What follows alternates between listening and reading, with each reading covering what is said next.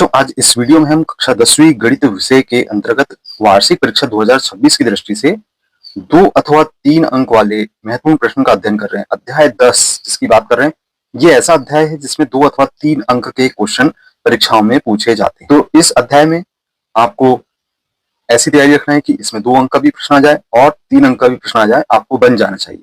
पहला प्रश्न हम देख रहे हैं यहाँ पे स्क्रीन पर। वृत्त के केंद्र से 5 सेंटीमीटर दूरी पर स्थित एक बिंदु ए से स्पर्श रेखा की लंबाई 4 सेंटीमीटर है। वृत्त की त्रिज्या आपको ज्ञात करना है।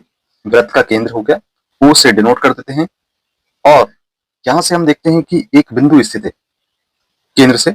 यदि इसकी त्रिज्या, स्पर्श रेखा की जो लंबाई है वो 4 सेंटीमीटर कह रहा है। यहाँ पे एक स्पर्श रेखा बना दे बच्चों हम, और इसकी जो लंबाई है वह 4 सेंटीमीटर के बराबर हम कहना चाह रहे हैं।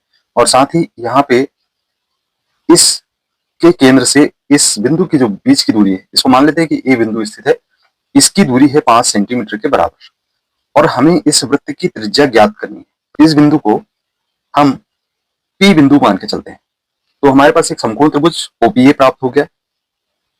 बच्चों, हमने यहाँ पे मान लिए कि वृत्त का केंद्र ओ है और वृत्त की जो त्रिज्या है वह आर के बराबर है, तो हम ओपी को वृत्त की त्रिज्या कहेंगे। और हम देख रहे हैं कि हमें ज्ञात है, ओए का मान ज्ञात है। ओए बराबर आपको दिया गया है कि 5 सेंटीमीटर है, क्योंकि ये वृत्त के केंद्र से दूरी है, और इसके साथ साथ हमें जो एपी का मान है या पीए का मान है वह 4 सेंटीमीटर ज्ञात है, क्योंकि स्पर्श रेखा की लंबाई एपी है। अब यहाँ पे हमें एक समकोण त्रिभुज दिखाई दे रहा है। इस समकोण त्रिभुज ओपीए में पाइथागोरस प्रमेय से यहाँ पे हम कह सकते हैं कि कर्ण का वर्ग अर्थात ओए का वर्ग बराबर लंब का वर्ग ओपी का वर्ग धन आधार का वर्ग एपी के वर्ग के बराबर होगा। अब यहाँ पे यदि मान रख देते हैं हम, ओए का मान जैसा कि हमें ज्ञात है, यहाँ पे हम लिख देते हैं बच्चों 5 की घात 2, और ओपी का मान हमें ज्ञात करना है, तो इसे हम आर का वर्ग लिख दें क्योंकि त्रिज्या है, और एपी का मान हमें 4 सेंटीमीटर के बराबर ज्ञात है, तो इसको 4 का वर्ग लिख देते हैं। अब इसे हम सरल करते हैं, तो सरल करने पर हम पाते हैं कि यहाँ पे 5 का वर्ग अर्थात 25 हो जाएगा, और आर का वर्ग हमें ज्ञात करना है, तथा 4 का वर्ग अर्थात 16। यहाँ हम यदि पक्षांतर कर देते हैं तो हम पाते हैं कि आर का वर्ग बराबर 25 ऋण 16 होगा, जो कि 9 के बराबर है। 9 के बराबर है, घटाने पर हमें 9 प्राप्त हो जाता है। और फिर हम यहाँ से, चूंकि हम कह रहे हैं कि आर का वर्ग, तो वर्ग घटाएंगे तो वर्गमूल लग जाएगा, जिससे हमें कर्णी 9 लिखेंगे, और बराबर हम यहाँ लिख देंगे 3। तो जो त्रिज्या है वह 3 सेंटीमीटर हमें प्राप्त हो जाती है। इस प्रकार से इस वृत्त की जो त्रिज्या है वह 3 सेंटीमीटर के बराबर होगी। अब हम यहाँ पे अगला प्रश्न देखते हैं, जैसा कि आपको स्क्रीन में दिख रहा है। इस प्रश्न के अनुसार हम देख रहे हैं कि एक बिंदु Q से वृत्त पर स्पर्श रेखा की जो लंबाई है वह 24 सेंटीमीटर है, और Q से केंद्र की जो दूरी है वह 25 सेंटीमीटर के बराबर है। वृत्त की त्रिज्या हमें ज्ञात करनी है। ये प्रश्न भी बहुत ही ज्यादा महत्वपूर्ण प्रश्न है। हमने एक वृत्त बना लिए, इस वृत्त का केंद्र O है, और एक बिंदु हमें Q लेना है। ये हमने Q बिंदु प्राप्त कर लिए, और वृत्त का केंद्र यहां से हम देख रहे हैं कि O है, और हम इस O को यहां से मान लेते हैं कि इस बिंदु को P बिंदु मान लेते हैं, और यहां से एक लंब खींच देते हैं और Q को O से मिला देते हैं। अब आप देख रहे हैं कि हमारे पास एक बिंदु Q से एक वृत्त की स्पर्श रेखा की लंबाई ज्ञात है, जो कि 24 सेंटीमीटर के बराबर है।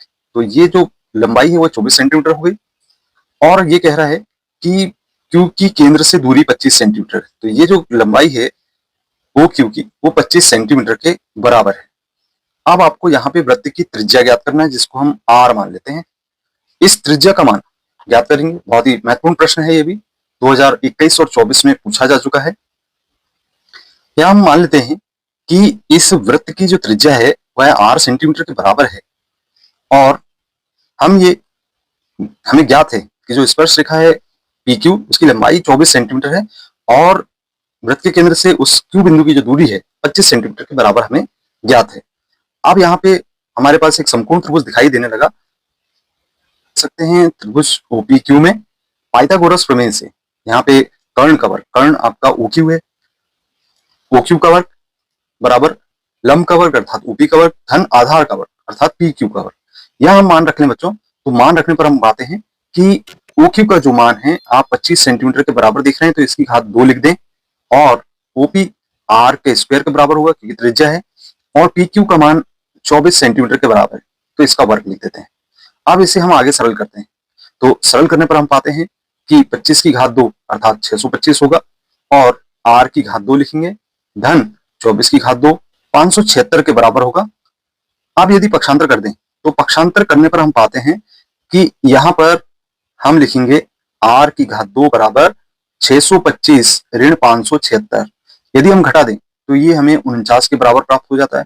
एक विधि और है जिसको कि आप सरल करते हैं, 25 का वर्ग ऋण 24 का वर्ग लिख के A का वर्ग धन B का वर्ग ऋण B का वर्ग का सूत्र लगा के भी हल कर सकते हैं, या यहाँ इस तरीके से भी लिख सकते हैं आप। चूंकि यहाँ पे हम देख रहे हैं R की घात 2 बराबर 49 है, तो R बराबर 49 का वर्गमूल होगा, और जिसे हम 49 का वर्गमूल 7 के बराबर होता है, तो ये जो मान प्राप्त हुआ है 7 सेंटीमीटर, ये त्रिज्या होगी इस वृत्त की, जिसकी स्पर्श रेखा की लंबाई 24 सेंटीमीटर और केंद्र से दूरी इस बिंदु की 25 सेंटीमीटर के बराबर।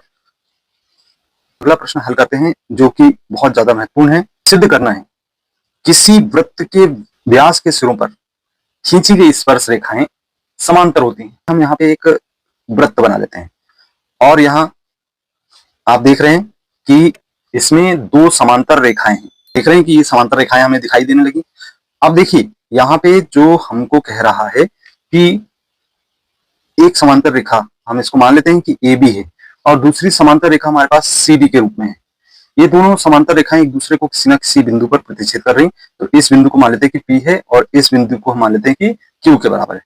और यहाँ पे हम कह रहे हैं कि इस वृत्त का जो केंद्र हम O मान लेते हैं, O को P से मिलाते हैं और O को Q से भी मिला देते हैं। साथ है एक वृत्त जिसका केंद्र O है तथा त्रिज्या R है, और इसका जो व्यास है आप देख रहे हैं कि PQ के बराबर है।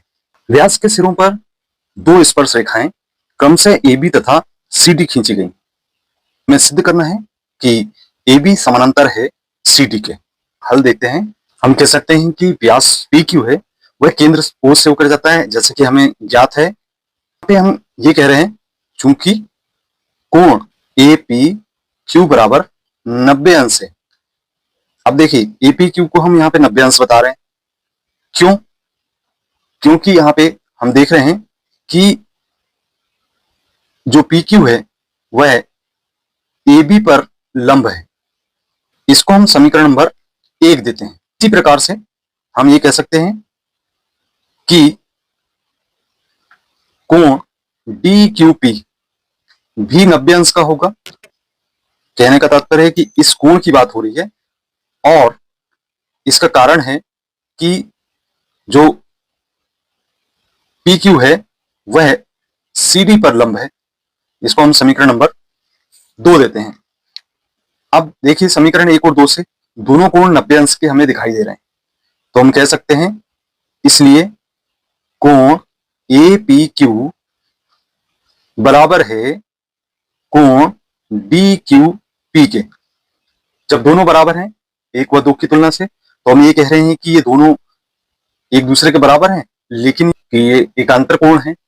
जब ये दोनों एकांतर कोण हैं तो ऑब्वियसली दोनों जो रेखाएं हैं एक दूसरे के समानांतर होंगी। अर्थात हम ऐसा लिख सकते हैं कि जो रेखा AB और CD रेखाएं दोनों एक दूसरे के समानांतर होंगी, तो इससे यह सिद्ध हो जाता है।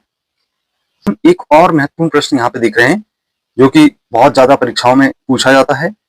बाह्य बिंदु से वृत्त पर खींची गई स्पर्श रेखाओं की लंबाइयां बराबर होती हैं। यहाँ हमने एक वृत्त खींच लिए हैं। अब इस वृत्त में हम एक बाह्य बिंदु ले लेते हैं। बाह्य बिंदु का जो नाम है वह P है, और इस वृत्त का जो केंद्र है वह O होगा।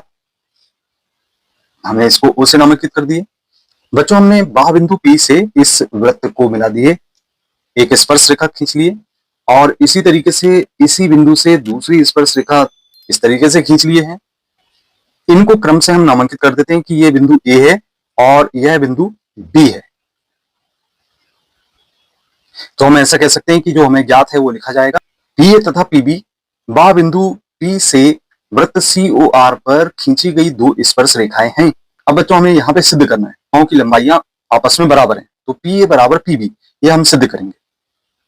अब चलिए यहाँ पे हम रचना करते हैं। रेखाखंड हमने OA, OB और OP खींचे। अब आप स्पष्ट देख सकते हैं कि दो समकोण त्रिभुज हमें प्राप्त हो रहे हैं, जिनमें आप ये कह सकते हैं कि कोण B तथा कोण A 90 अंश के हमें प्राप्त हो रहे हैं, क्योंकि हमने पढ़ चुके हैं कि वृत्त के किसी बिंदु पर स्पर्श रेखा स्पर्श बिंदु से जाने वाली त्रिज्या पर लंब होती है। हम यहाँ पे रचना के अंतर्गत लिखते हैं कि रेखाखंड OA, OB तथा OP खींचेंगे। चलिए अब उत्पत्ति करते हैं। यहाँ पे हम त्रिभुज OAP तथा OBP में देखते हैं कि इन दोनों त्रिभुजों में तुलना करने पर हम पाते हैं कि यहाँ पे जो कोण A है तथा B है वो आपस में बराबर दिखाई दे रहे हैं। तो यहाँ लिखेंगे हम कोण OAP बराबर है कोण OBP के। उसका कारण ये है कि हम ये कह सकते हैं कि ये दोनों 90 अंश के हैं, और इसके लिए हम लिख सकते हैं, तो हम इसे लिखेंगे OP बराबर OP। क्यों? क्योंकि यह है उभयनिष्ठ भुजा है। इसे हम लिख सकते हैं उभयनिष्ठ भुजा। दोनों त्रिभुजों में एक ही भुजा है जो दोनों त्रिभुजों को बिलोंग करती है, और ऐसा कहा जा सकता है कि OA और OB आपस में बराबर है। तो यहाँ पे हम कहते हैं OA और OB आपस में बराबर हैं। इसका कारण क्या है? ये दोनों त्रिज्याएं बराबर हैं। एक कोण और दो भुजाएं जब आपस में बराबर हैं, जो त्रिभुज दिए गए हैं OAP तथा OBP, ये दोनों आपस में सर्वांगसम होंगे। जो OAP और OBP सर्वांगसम होंगे। यहां हम कह सकते हैं भुजा कोण भुजा सर्वांग समता से।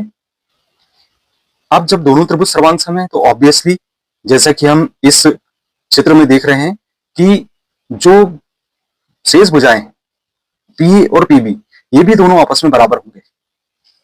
कहने का तात्पर्य है, इसे हम ऐसा लिख सकते हैं कि जो भुजा PA है और PB ये भी आपस में बराबर होंगे। सभी सर्वांगसम त्रिभुज के सभी अंग समान होते हैं, ये कहा जा सकता है, जिसके कारण हम ये कह सकते हैं कि PA बराबर PB होगा।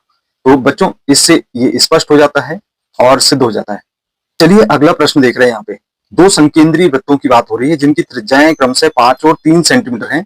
बड़े वृत्त की उस जीवक की लंबाई ज्ञात करना है जो छोटे वृत्त को स्पर्श करती है। बच्चों यहाँ पे हमने दो वृत्त ले लिए हैं, एक बड़ा वृत्त है और एक छोटा वृत्त है, दोनों संकेंद्रीय कहला रहे हैं। अब यहाँ पे हमने छोटे वृत्त पर एक स्पर्श रेखा खींच दी है। तो देखिए ये हमारी स्पर्श रेखा हो गई, और क्रमशः हम इसको नामांकित कर देते हैं कि इस स्पर्श रेखा को हम AB कह रहे हैं, और जिस बिंदु पर स्पर्श कर रही है उसको हम P बिंदु कह रहे हैं। मान लेते हैं कि इस वृत्त का जो केंद्र है O के बराबर मान लेते हैं। जो बिंदु O है उसको A से मिला देते हैं और इसको P से मिला देते हैं। तो हम देख सकते हैं कि OP इस छोटे वृत्त की त्रिज्या हो गई और OA इस बड़े वृत्त की त्रिज्या हो गई। हम ये मान सकते हैं कि यहाँ पर O दोनों वृत्तों का केंद्र है, AB बड़े वृत्त की जीवा है जो छोटे वृत्त को बिंदु P पर स्पर्श करती है। इससे ये स्पष्ट होता है कि जो OP है वह AB जीवा पर लंब है। वृत्त के किसी भी जीवा पर केंद्र से खींचा गया लंब जीवा को समद्विभाजित करता है। AP और BP आपस में बराबर होंगे, ये ऐसा कहा जा सकता है। समकोण त्रिभुज OPA में यहाँ पे हमारे पास 90 अंश का कोण चूंकि मिल रहा है, लंब है OP इस जीवा AB पर, तो एक समकोण त्रिभुज हो गया, और P कोण 90 अंश का हमें दिखाई दे रहा है। इस कोण को हम 90 अंश का बताएंगे, और इस प्रकार से यहाँ पे हम पाइथागोरस का प्रमेय अप्लाई कर सकते हैं इस समकोण त्रिभुज में। तो अब आप यहाँ पे पाइथागोरस का जब प्रमेय अप्लाई करते हैं तो कर्ण OA का वर्ग बराबर होगा लंब का वर्ग अर्थात OP का वर्ग धन आधार AP के वर्ग के। बच्चों हम यहाँ देख रहे हैं कि 5 सेंटीमीटर तथा 3 सेंटीमीटर दोनों वृत्त की त्रिज्याएं हैं। तो वृत्त के केंद्र O से इन दोनों बिंदुओं के जो बीच की दूरी है, जैसे OP के बीच की दूरी 3 सेंटीमीटर और OA के बीच की दूरी 5 सेंटीमीटर। इसमें हम मान रख दे बच्चों, जैसा कि हमें ज्ञात है, तो मान रखने पर OA का मान हमें 5 की घात 2 के बराबर हो गया। OP का जो मान है वह 3 ज्ञात है, तो इसे हम 3 का वर्ग लिख दें, तथा हमें AP का मान ज्ञात करना है तो AP का वर्ग लिख देंगे। अब इसे हम आगे सरल करते हैं, तो सरल करने पर हम पाते हैं तो 5 का वर्ग होता है 25, और यहाँ पे 3 का वर्ग 9 के बराबर। AP का वर्ग लिखेंगे, पक्षांतर कर दीजिए यहाँ से, AP का वर्ग बराबर 25 ऋण 9 होगा। और आगे सरल करते हैं बच्चों इसको, तो जैसे ही हम घटाते हैं तो घटाने पर हमें प्राप्त हो जाता है एपी का वर्ग बराबर 16 की। और क्योंकि एपी का वर्ग 16 है तो ऑब्वियसली एपी बराबर करनी 16 होगा, और इसका जो वर्गमूल है वह हमें 4 के बराबर प्राप्त हो जाता है। तो आप देख रहे हैं कि ए तथा बी बिंदु के जो बीच की दूरी है यहां पर हमें 4 सेंटीमीटर के बराबर प्राप्त हो जाती है। अब चूंकि उस जीवा की लंबाई हमें ज्ञात करना है, तो आप जानते हैं कि जीवा को ये समद्वित कर रहा है वृत्त के केंद्र से, तो एपी की लंबाई भी 4 सेंटीमीटर है, तो ऑब्वियसली इस बीपी की लंबाई भी 4 सेंटीमीटर के बराबर होगी, जिससे हम कह सकते हैं कि इस जीवा की लंबाई ए बी बराबर हम कह सकते हैं कि यहां से इस एपी के दुगने के बराबर होगी। तो मान रखने पर हम यहाँ पे एपी का मान रख दें 4 के बराबर और 2 में 4 का गुणा कर दें, तो ये हमें 8 सेंटीमीटर के बराबर प्राप्त हो जाएगा। इस तरीके से जीवा की लंबाई 8 सेंटीमीटर होगी। तो बच्चों, हम आशा करते हैं कि इस प्रश्न को आप अच्छे से समझ गए होंगे। ये 3 अंक में परीक्षाओं में पूछा जा चुका है, और ये जो चैप्टर है वो 2 अथवा 3 अंक के प्रश्न दिए जा सकते हैं, हम जैसे कि आपको पूर्व में बता चुके हैं। और यदि आपको कंटेंट पसंद आता है तो कंटेंट को लाइक करें, कमेंट करें, अपने मित्रों को शेयर करें, और अभी तक आपने चैनल को सब्सक्राइब नहीं किया तो सब्सक्राइब जरूर करें। मिलते हैं इसी प्रकार के कंटेंट को देखने के लिए अगले वीडियो में। धन्यवाद।